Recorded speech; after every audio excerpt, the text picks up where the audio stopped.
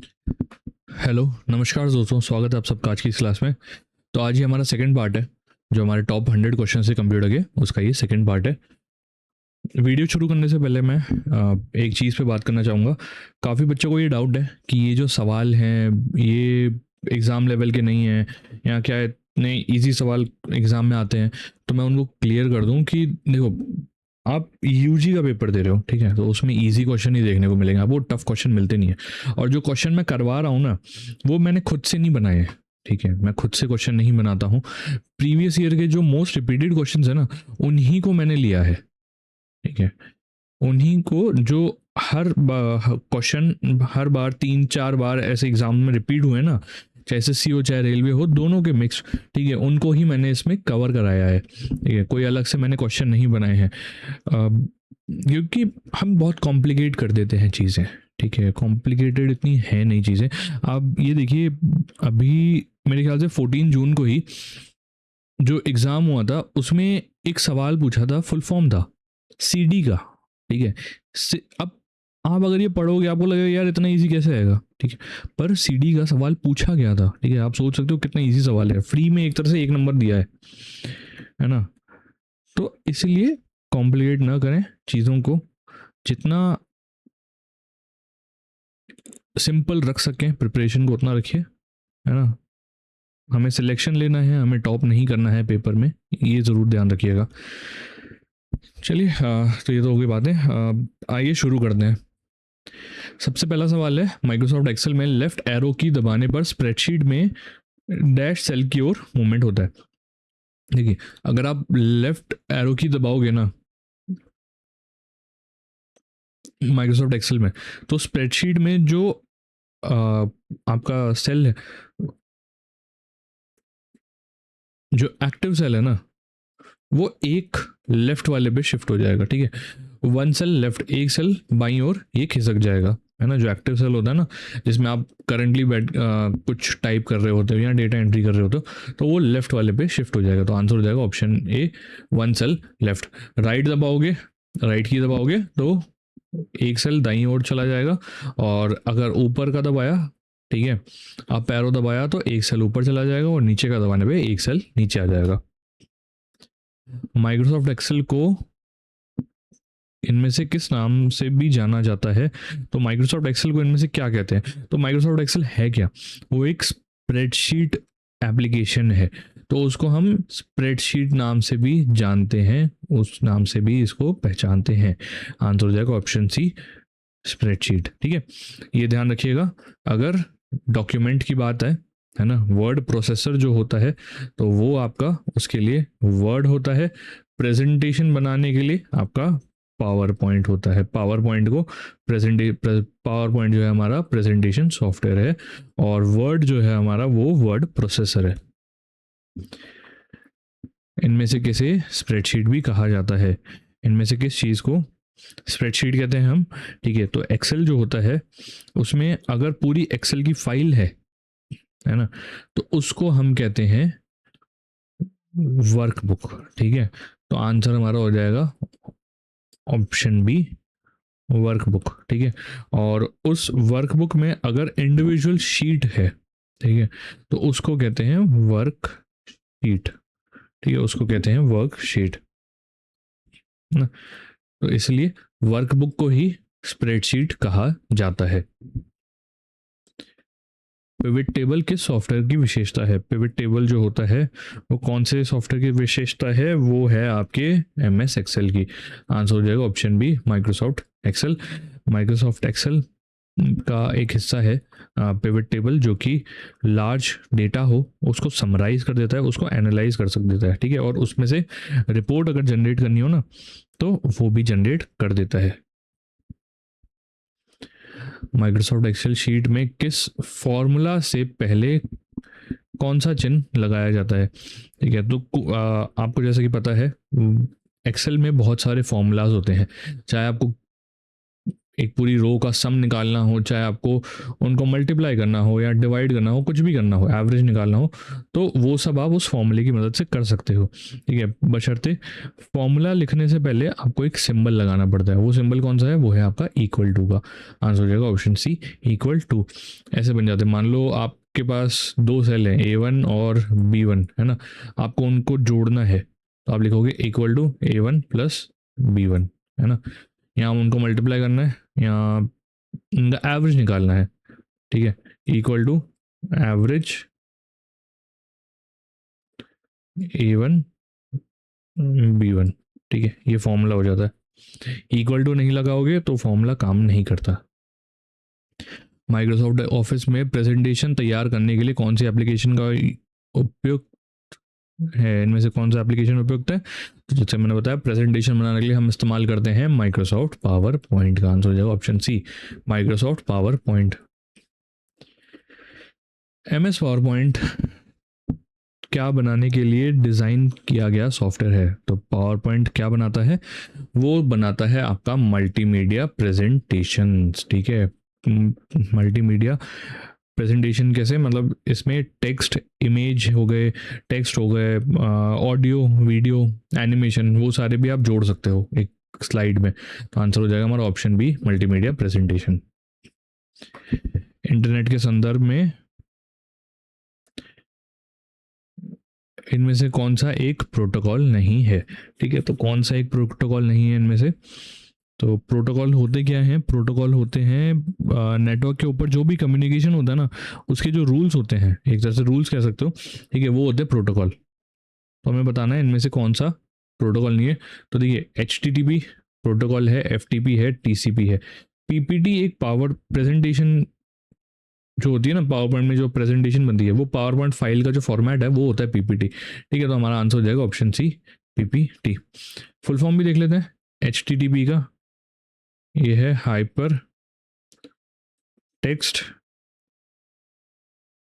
Transfer protocol. ठीक है, ये हो गया HTTP का फुल फॉर्म। FTP की बात करें तो फाइल ट्रांसफर प्रोटोकॉल। और TCP की बात करें तो ट्रांसमिशन कंट्रोल प्रोटोकॉल। ठीक है, ये हो जाते हैं इनके full form. Of Microsoft office का पर्सनल इंफॉर्मेशन मैनेजर कौन सा है? पर्सनल इंफॉर्मेशन मैनेजर जो होता है माइक्रोसॉफ्ट ऑफिस में, वो कौन सा है? तो वो है आपका आउटलुक। आंसर हो जाएगा ऑप्शन ए, आउटलुक। आउटलुक का इस्तेमाल किस लिए किया जाता है? ईमेल के लिए, कॉन्टैक्ट सेव करने के लिए, कैलेंडर हो गया, टास्क हो गया, शेड्यूलिंग करना हो, ये सारा आप माइक्रोसॉफ्ट एक्सेल में काम कर सकते हो। चित्रों का ऐसा संग्रह जिसे दस्तावेजों में सम्मिलित किया जा सकता है क्या कहलाता है? ठीक है, अ कलेक्शन ऑफ पिक्चर्स जिसको इंसर्ट कर सकते हो आप डॉक्यूमेंट में, तो उसको हम कहते हैं क्लिप आर्ट। आंसर हो जाएगा ऑप्शन ए, क्लिप आर्ट। MS ऑफिस में किसी पंक्ति या टेक्स्ट को केंद्र में संरेखित रेखित सेंटर लाइन करने का शॉर्टकट क्या है? ठीक है, तो सेंट्रल अलाइनमेंट अगर करना है किसी टेक्स्ट को, तो आप कौन सा शॉर्टकट यूज करोगे? तो उसके लिए आप करोगे Ctrl+E। आंसर हो जाएगा ऑप्शन बी, Ctrl+E।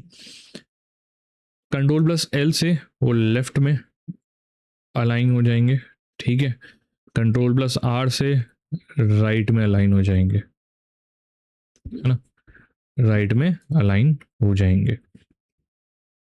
और Ctrl+C तो मैंने बता दिया था, Ctrl+C जो है आपका वो कॉपी करने के लिए यूज किया जाता है। कोई भी टेक्स्ट आपने सिलेक्ट किया है, उसको कॉपी करना हो तो Ctrl+C दबाते हो। माइक्रोसॉफ्ट ऑफिस में प्रिंट प्रीव्यू विंडो प्रदर्शित करने के लिए कौन सी शॉर्टकट कुंजी का इस्तेमाल किया जाता है? तो प्रिंट प्रीव्यू अगर खोलना है ना आपको, तो उसके लिए आप दबाओगे Ctrl+F2। आंसर हो जाएगा ऑप्शन बी, Ctrl+F2 से जो प्रिंट आप देना चाहते हो पेज, है ना, वो कैसा दिखेगा प्रिंट होने के बाद, वो आता है प्रिंट प्रीव्यू में। तो वो Ctrl+F2 के बाद वो जो विंडो है वो खुल जाती है ना, प्रिंट प्रीव्यू वाली। अगर प्रिंट देना है डायरेक्ट तो कंट्रोल प्लस पी दबाओगे, है ना। इन केस आपको सेव करना है तो कंट्रोल प्लस एस दबा दोगे। और अगर नया डॉक्यूमेंट खोलना हो, है ना, कंट्रोल प्लस एन दबा दोगे। और पहले से कोई सेव्ड डॉक्यूमेंट है उसको खोलना हो, कंट्रोल प्लस ओ दबा दोगे तो डायलॉग बॉक्स खुल जाएगा। उससे आप सिलेक्ट कर सकते हो कि कौन सा डॉक्यूमेंट खोलना है। हेल्प खोलने के लिए कौन सी फंक्शन की का उपयोग किया जाता है? अगर हेल्प बॉक्स खोलना है तो कौन सा की का इस्तेमाल करोगे आप करोगे F1 का। आंसर हो जाएगा ऑप्शन ए F1। माइक्रोसॉफ्ट ऑफिस 2016 में डिज़ाइन टैब खोलने के लिए कौन सी शॉर्टकट की का उपयोग किया जाता है? तो ऑफिस 2016 की अगर बात करें तो उसमें कौन से टैब से डिज़ाइन टैब खुल जाएगा, कौन से की से, शॉर्टकट की से? तो वो आपका खुलेगा ऑल्ट प्लस जी से। आंसर हो जाएगा ऑप्शन ए ऑल्ट प्लस जी जो है वो डिज़ाइन टैब खोल देगा।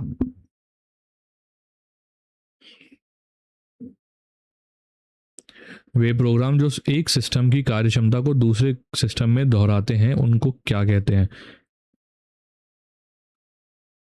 ठीक है, तो एक सिस्टम की फंक्शनैलिटी जो है उसको डुप्लीकेट करें दूसरे सिस्टम में तो उसको क्या कहते हैं? उसको कहते हैं हम एम्यूलेटर्स। आंसर हो जाएगा ऑप्शन ए एम्यूलेटर्स।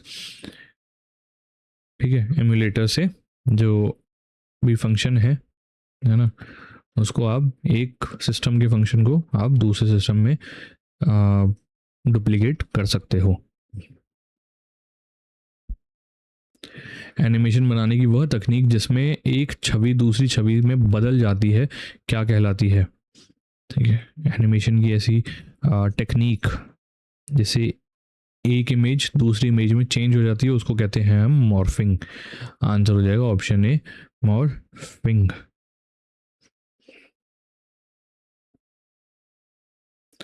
ग्रुपवेयर इनमें से क्या है? ग्रुपवेयर क्या चीज़ है?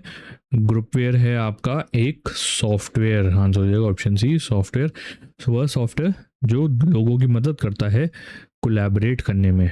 ठीक है, कोलैबोरेट करने में, जैसे मान लीजिए एक टीम है, टीम का कम्युनिकेशन सिस्टम जो होता है उसका एक वो जो सॉफ्टवेयर होता है ना उसको कहते हैं ग्रुपवेयर। CAD का फुल फॉर्म क्या है? CAD का फुल फॉर्म क्या होता है? CAD का फुल फॉर्म होता है कंप्यूटर एडेड डिज़ाइन। आंसर हो जाएगा option a computer aided design. काम क्या करता है? ये एक सॉफ्टवेयर है जिसकी मदद से जो इंजीनियर्स होते हैं वो अपनी इंजीनियरिंग ड्राइंग जो होती है ना, जैसे मान लीजिए किसी इंजीनियर को, एक सिविल इंजीनियर है, उसको एक ब्रिज बनाना है, उसका कैसा डिज़ाइन रहेगा वो बनाते हैं इसमें CAD सॉफ्टवेयर में। ठीक है, बिल्डिंग बननी है, आर्किटेक्ट जो होते हैं वो डिज़ाइन जो होता है वो इस सॉफ्टवेयर में बनाएंगे, ये 3D डिज़ाइन बन जाता है, तो इसलिए इसका इस्तेमाल किया जाता है। इसके पॉपुलर सॉफ्टवेयर की अगर बात की जाए तो ये देखिए, ये तो सॉफ्टवेयर हो गया। ठीक है, मतलब CAD जो है वो एक कह सकते हो सेट है। ठीक है, उसमें अलग अलग टाइप के सॉफ्टवेयर भी आते हैं जैसे कि ऑटो कैड, है ना, ऑटो कैड हो गया, सॉलिड वर्क है ना, उसके बाद केटिया है। ठीक है, तो ये मेन है, याद रख लीजिएगा, एक बार बस रीडिंग दे देना, इन केस अगर पूछ ले तो आपको ध्यान होना चाहिए। किसका उपयोग करके डिजिटल छवियों का आकार बदला जा सकता है, उन्हें टैग किया जा सकता है, चित्रों को ड्रैग एंड ड्रॉप द्वारा एल्बम में व्यवस्थित किया जा सकता है तथा ईमेल या प्रिंट में के लिए निर्यात किया जा सकता है? तो किसका इस्तेमाल करके आप उसका रीसाइज कर सकते हो, टैग कर सकते हो डिजिटल इमेज, ऑर्गेनाइज कर सकते हो पिक्चर्स को इन एल्बम्स? तो ये सब करने के लिए आप यूज़ करोगे इमेज ऑर्गेनाइजर। आंसर हो जाएगा ऑप्शन ए इमेज ऑर्गेनाइजर। कौन सा सॉफ्टवेयर स्वतंत्र रूप से उपलब्ध होते हैं और किसी के द्वारा भी संपादित या अनुकूलित किया जा सकता है? ऐसा कौन सा सॉफ्टवेयर होता है जो फ्रीली अवेलेबल है और किसी के द्वारा भी जो है कस्टमाइज़ किया जा सकता है। तो ये जो सॉफ्टवेयर होते हैं ना, उनका वो कहते हैं हम ओपन सोर्स। आंसर हो जाएगा option A, option C open source. और इन केस जो ऐसे सॉफ्टवेयर होते हैं ना जो फ्रीली अवेलेबल नहीं है या उनको आप एडिट नहीं कर सकते, कस्टमाइज नहीं करते, उनको कहते हैं क्लोज सोर्स। ठीक है, ये डिफरेंस होता है। ओपन सोर्स के एग्जांपल देख लें, फायरफॉक्स। ठीक है, फायरफॉक्स, और एक ऑपरेटिंग सिस्टम आता है लिनक्स जिसको कहते हैं हम, है ना, वो ओपन है। ठीक है, फ्रीली अवेलेबल है, कोई भी इनको डाउनलोड करके अपने हिसाब से कस्टमाइज़ कर सकता है। और अगर क्लोज सोर्स की बात करें तो क्लोज सोर्स का सबसे कॉमन एग्जांपल जो है वो है विंडोज़। ठीक है, विंडोज़, है ना, विंडोज़ जो आप यूज़ करते हो ऑपरेटिंग सिस्टम, वो एक क्लोज सोर्स है, ये फ्रीली अवेलेबल नहीं है, ना ही इसमें आप अपने हिसाब से कस्टमाइजेशन या एडिटिंग कर सकते हो। ऐसे ही एप्पल का मैक ओएस, ठीक है, वो भी एक क्लोज्ड सोर्स सॉफ्टवेयर है। इनमें से कौन सा एक ऑडियो टूल है, इनमें से कौन सा एक ऑडियो टूल है? तो जैसे कि अगर हम ऑप्शन देखें तो आर्डर जो है ये एक ऑडियो टूल है। ठीक है, ऑडियो रिकॉर्डिंग हो गई, मिक्सिंग हो गई, या म्यूजिक एडिट करना हो, इसमें आप इसका इस्तेमाल कर सकते हो ऑर्डर। ये भी एक ओपन सोर्स का एग्जाम्पल है। फोटोशॉप फोटो एडिटिंग के काम आता है। ठीक है, ब्लेंडर की बात करें 3D ग्राफिक्स के काम आता है ये। ड्रीमवेयर की बात करें तो ये ड्रीम वीवर की बात करें तो ये आता है आपके वेब डिज़ाइन के काम, है ना। सीपीयू में इनमें से क्या शामिल होते हैं, सीपीयू के अंदर शामिल क्या क्या चीज़ें हैं? तो सीपीयू की अगर बात करें तो सीपीयू में मेन 3 चीज़ें जो हैं, 3 मेजर कंपोनेंट हैं इसके। कौन कौन से? एक है आपका अर्थमेटिक एंड लॉजिकल यूनिट, अंकगणित एवं तार्किक इकाई। रजिस्टर और एक कंट्रोल यूनिट, रजिस्टर और नियंत्रण इकाई, ये 3 मिलके कंबाइन होके काम करते हैं। ठीक है, जो भी एक आप इंस्ट्रक्शन देते हैं ना, उसको एग्जीक्यूट करने का काम ये तीनों मिलके करते हैं। तो सीपीयू में ये तीनों चीज़ें शामिल हैं। कंप्यूटर का मस्तिष्क किसको कहा जाता है? कंप्यूटर का ब्रेन किसको कहते हैं हम? कंप्यूटर का ब्रेन कहते हैं हम सीपीयू को। आंसर हो जाएगा option B, CPU, central processing unit.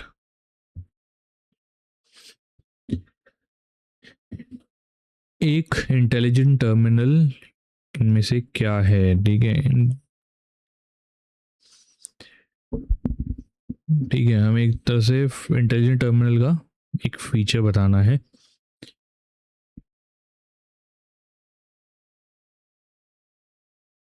तो इंटेलिजेंट टर्मिनल जो होता है ना, उसकी प्रोसेसिंग कैपेबिलिटी जो होती है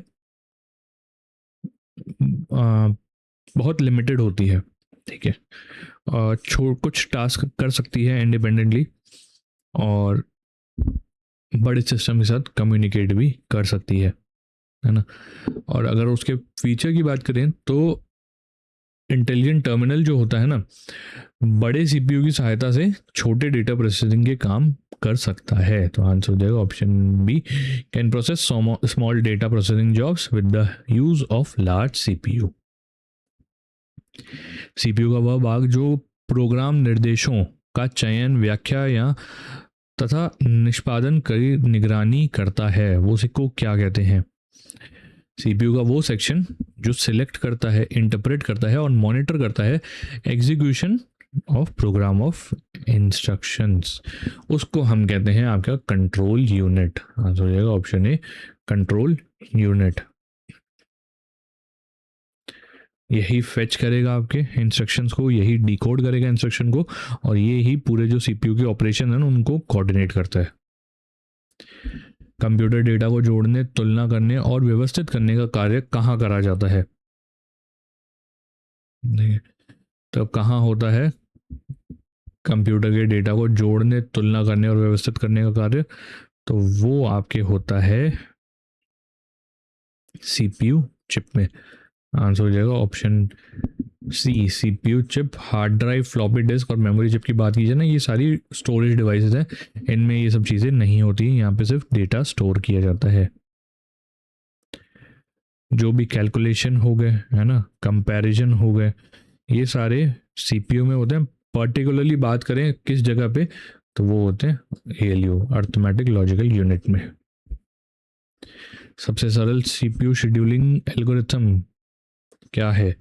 इनमें से कौन सा एक सबसे सिंपल सीपीयू शेड्यूलिंग एल्गोरिथम है?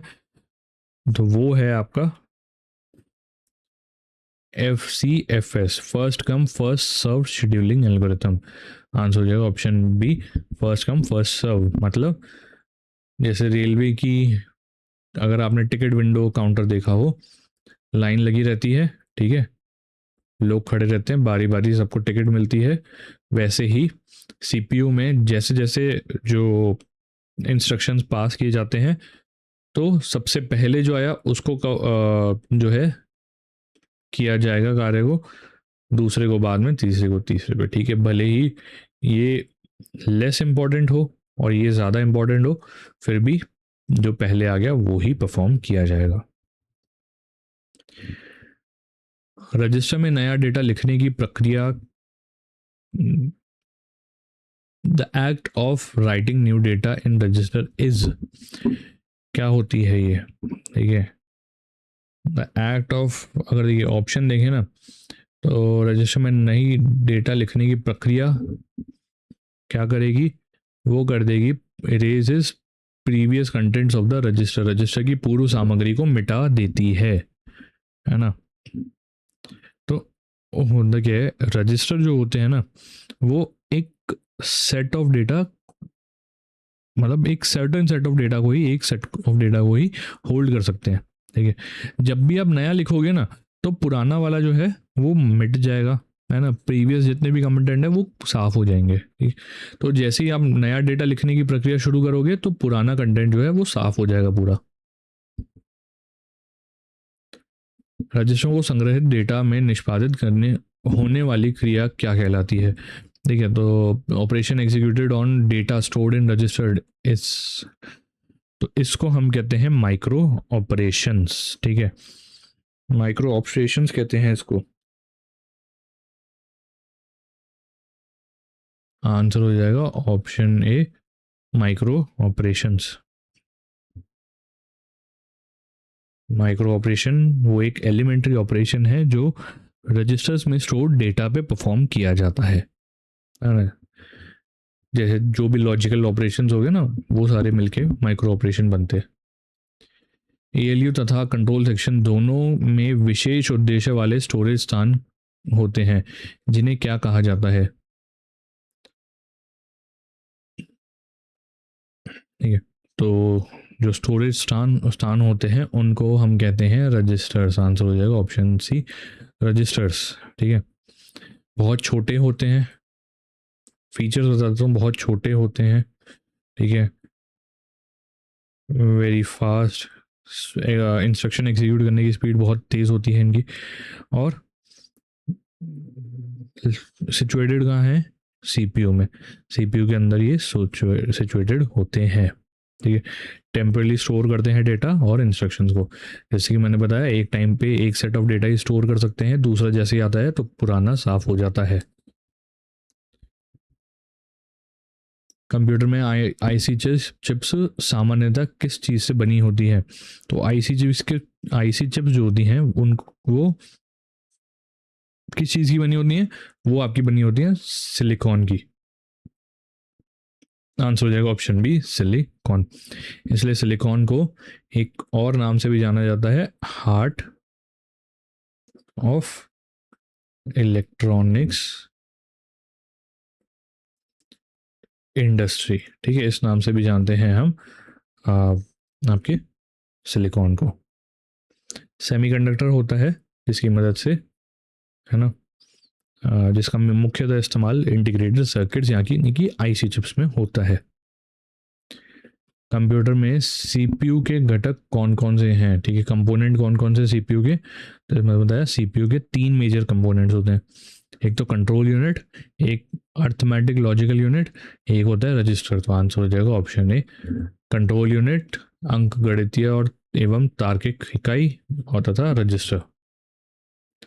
The most important advantage of IC is it's क्या, कौन सा फीचर होता है इंटीग्रेटेड सर्किट का जो उसका सबसे महत्वपूर्ण लाभ है, ठीक है, मेजर एडवांटेज है, सबसे महत्वपूर्ण एडवांटेज है, तो वो है उसकी एक्सट्रीम हाई रिलायबिलिटी, अत्यधिक उच्च विश्वसनीयता। आंसर हो जाएगा option B, extremely high reliability. छोटा साइज है ना, हाई स्पीड, छोटे के साइज के साथ साथ लो पावर कंजम्पशन, ठीक है, पावर भी इनको कम ही चाहिए होती है, और रिलायबिलिटी तो ज़्यादा है ही इनकी, ठीक है, ये इनके फीचर्स हो जाते हैं।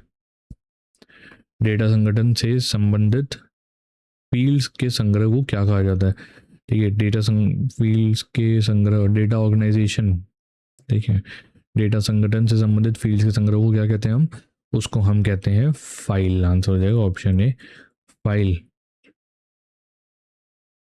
हायरार्की देख लें, डेटा होता है, ठीक है, डेटा होता है, वो हो जाता है, वो उसके बाद आता है फील्ड, फील्ड के बाद है रिकॉर्ड, रिकॉर्ड के बाद है आपका फाइल, फाइल के बाद है आपका डेटाबेस, ठीक है, बहुत सारी फाइल्स मिलके बनाती हैं डेटाबेस,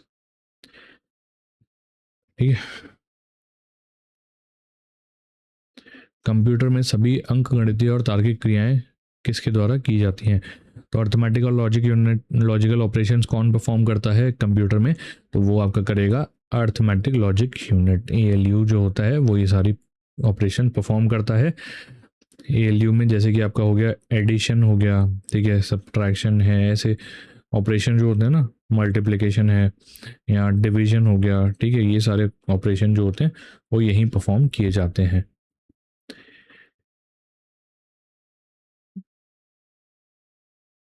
इनमें से हमें बताना है एएलयू का मेन फीचर क्या है। एएलयू की अगर बात करें अर्थमेटिक लॉजिकल यूनिट की,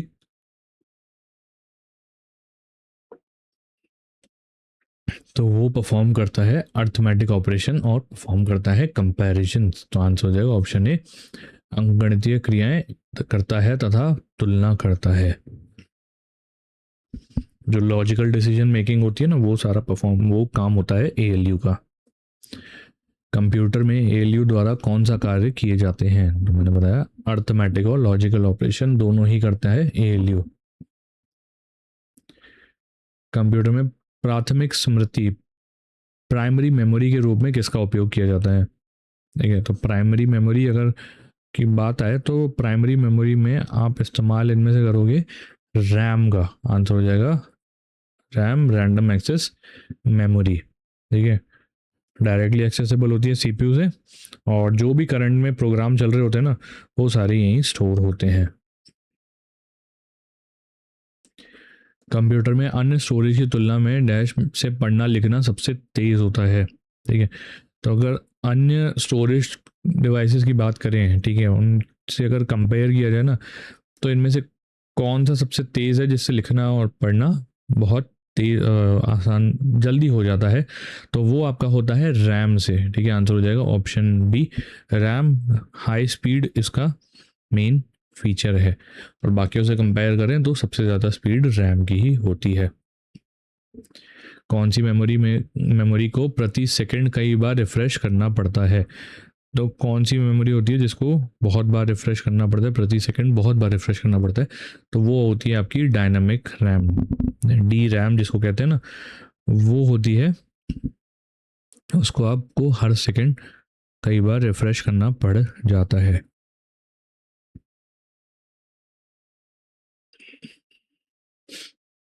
और इसको इसमें डेटा स्टोर करने के लिए इस्तेमाल होता है कैपेसिटर्स का, देखिए वो भी याद रखिए, कैपेसिटर्स के इस्तेमाल से ये डेटा स्टोर करते हैं यहाँ पे।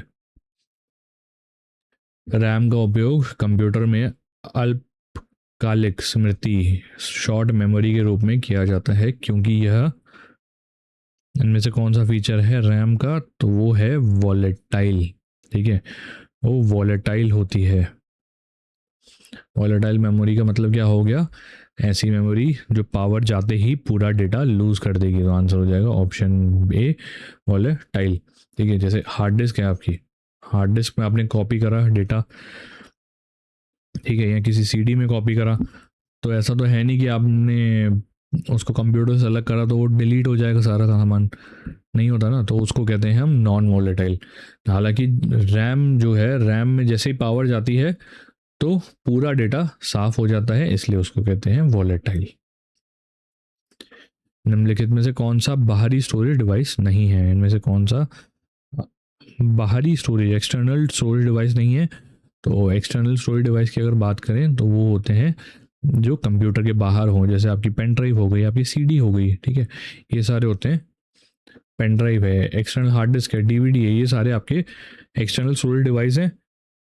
इंटरनल की बात की जाए तो वो आपका इनमें से हो गया रैम। रैम जो है वो एक इंटरनल स्टोरेज डिवाइस है।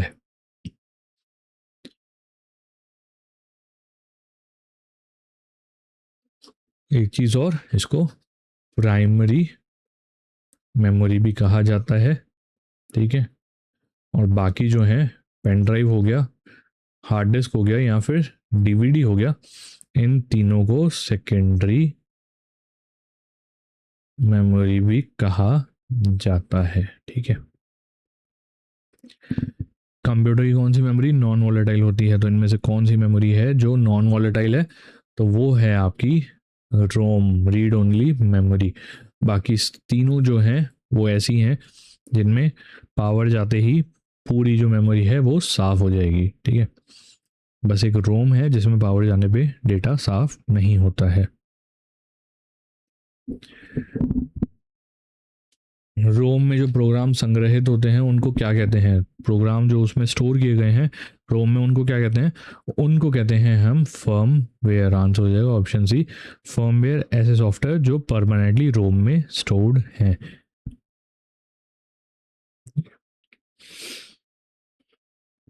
रीड ओनली मेमोरी रोम का सबसे उन्नत रूप कौन सा है? सबसे एडवांस्ड फॉर्म कौन सा है रोम का? तो वो है EEPROM। EEPROM। अब रोम के देखो टाइप होते हैं, पहला तो हो गया रोम, सिंपल रोम है ना, सेकंड हो जाता है प्री रोम, तीसरा हो जाता है EPROM, है ना, और चौथा हो जाता है EEPROM, है ना।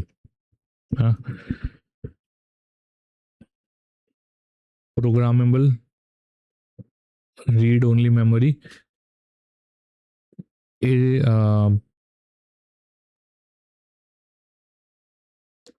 EPROM, देखिए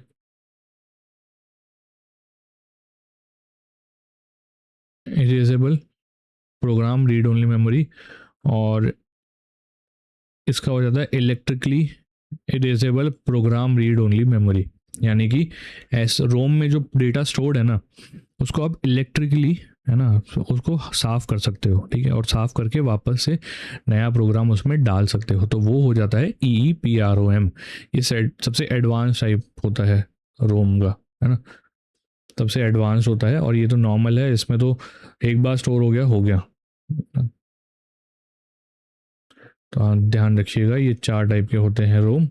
तो हमसे सबसे उन्नत रूप पूछा हुआ है, मोस्ट एडवांस पूछा होता है, तो ये हो जाता है EEPROM। PROM को प्रोग्राम करने के बाद हम केवल जानकारी को क्या कर सकते हैं, ठीक है, जो मैंने बताया, जो सेकंड टाइप था रोम का, है ना, तो उसका फुल फॉर्म हो जाता है प्रोग्रामेबल रीड ओनली मेमोरी। अगर वो करा, एक बार आपने प्रोग्राम कर दिया उस रोम को, उसके बाद उसमें जो जानकारी है उसको आप सिर्फ पढ़ सकते हो, है ना, उसमें कुछ भी जो है डेट मतलब चेंज नहीं कर सकते हो, ना ही उसको मिटा सकते हो, ठीक है। प्रोग्राम एक बार हो गया,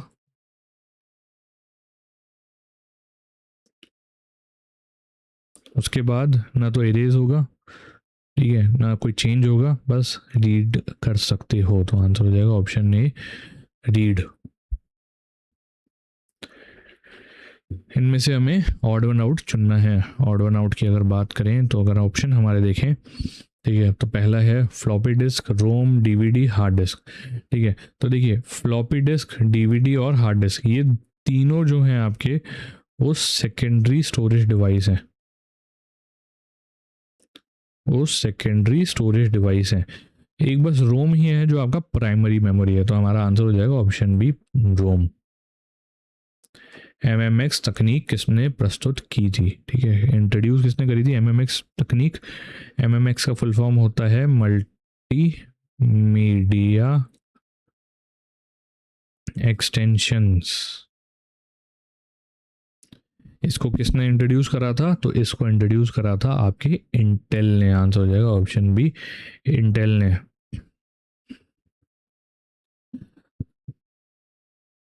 प्रोसेसर चिप सीपीयू, ठीक है, उसकी स्पीड जो है वो किस में मापी जाती है?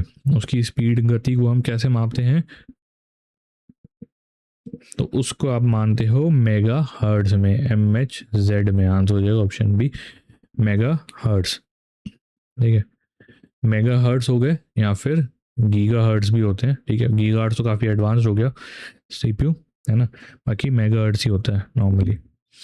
ठीक है, वो इंडिकेट करता है कि एक सेकंड में कितनी साइकिल्स आकर कर रही हैं। ठीक है, कंप्यूटर के प्रोसेसर की गति किस चीज़ से नापी जाती है? अगर प्रोसेसर की बात की जाए तो प्रोसेसर की स्पीड आप नापते हो MIPS से। आंसर हो जाएगा ऑप्शन ए, MIPS, यानी कि मिलियन इंस्ट्रक्शंस पर सेकंड।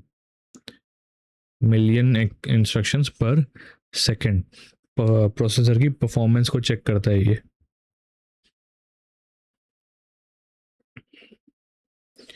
प्रोग्राम के इनपुट और आउटपुट के बीच के समय को क्या कहा जाता है?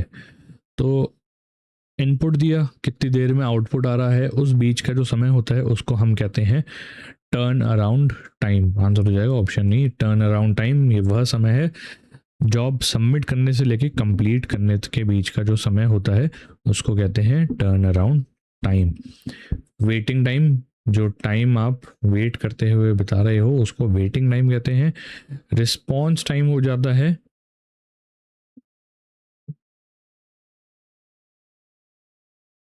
First response delay. ठीक है, उसको कहते हैं रिस्पॉन्स टाइम, है ना।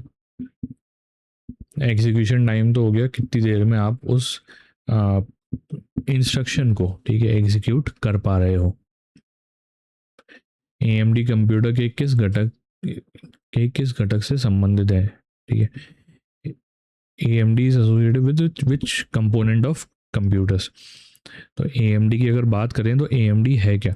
AMD बेसिकली होते हैं आपके प्रोसेसर जैसे कि आपको पता होगा, एक तो आ जाता है आपका इंटेल के प्रोसेसर होते हैं, ठीक है, i3 i7, ऐसे ही AMD के भी प्रोसेसर्स आते हैं। तो आंसर हो जाएगा option B, processors. Intel core i7 क्या है? ठीक है, इंटेल कोर i7 क्या है? इंटेल कोर i7 है प्रोसेसर। इंटेल का प्रोसेसर जो होता है वो होता है i7, i3, i5 ऐसे होते हैं प्रोसेसर। ठीक है, और जितना ज़्यादा लेवल बढ़ता जाता है उतनी परफॉर्मेंस इनकी इंक्रीज होती जाती है।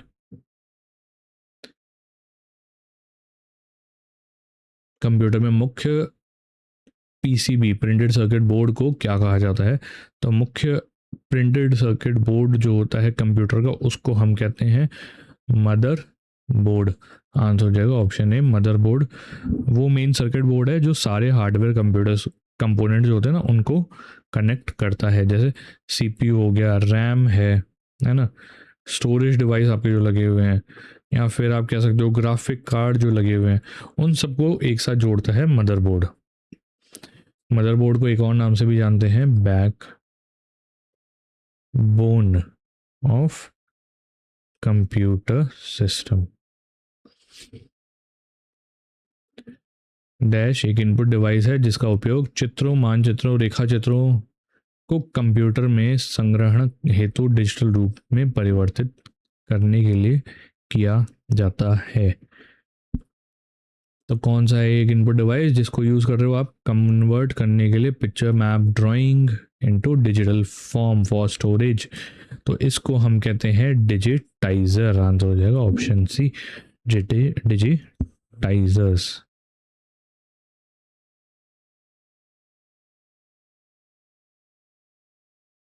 अब अगर बात करें स्कैनर क्यों नहीं है, ठीक है, स्कैनर क्यों नहीं है?